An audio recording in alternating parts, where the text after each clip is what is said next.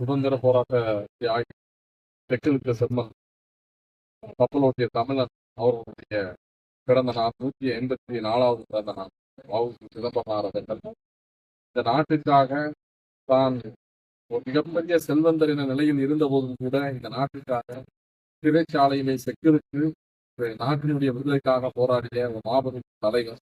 அந்த தலைவருடைய நினைவை போற்றும் விதமாக அனைத்து இந்திய அண்ணா திராவிட முன்னேற்ற கழகத்தின் சார்பாக புரட்சி தலைவி அம்மா அவர்கள் திருநெல்வேலியினுடைய மையப்பகுதியில் மிகப்பெரிய ஒரு மணிமண்டபத்தை நிறுவியிருந்தார். அதன் மூலமாக அவருடைய நாட்டுக்கு ஆற்றிய பணிகள் எல்லாம் பொதுமக்கள் தெரிய வேண்டும் என்கிற ஒரு நோக்கத்தோடு உருவாக்கப்பட்டது.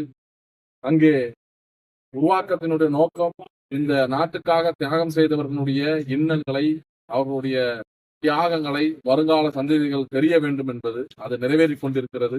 இன்றும் பல பொதுமக்கள், பல இயக்கத்தினர், பல கழகத்தினர் ஐயாவுடைய பிறந்த நாளில் அவருடைய மணிமண்டபத்திற்கு வந்து அவருக்கு அஞ்சலி செலுத்தும் விதமாக, அவருடைய புகழ் வணக்கத்தை இந்த நாடு முழுவதும் பரப்பும் விதமாக ஒரு மாபெரும் பெருந்திரளான கூட்டம் இங்கே கூடி கொண்டிருக்கிறது.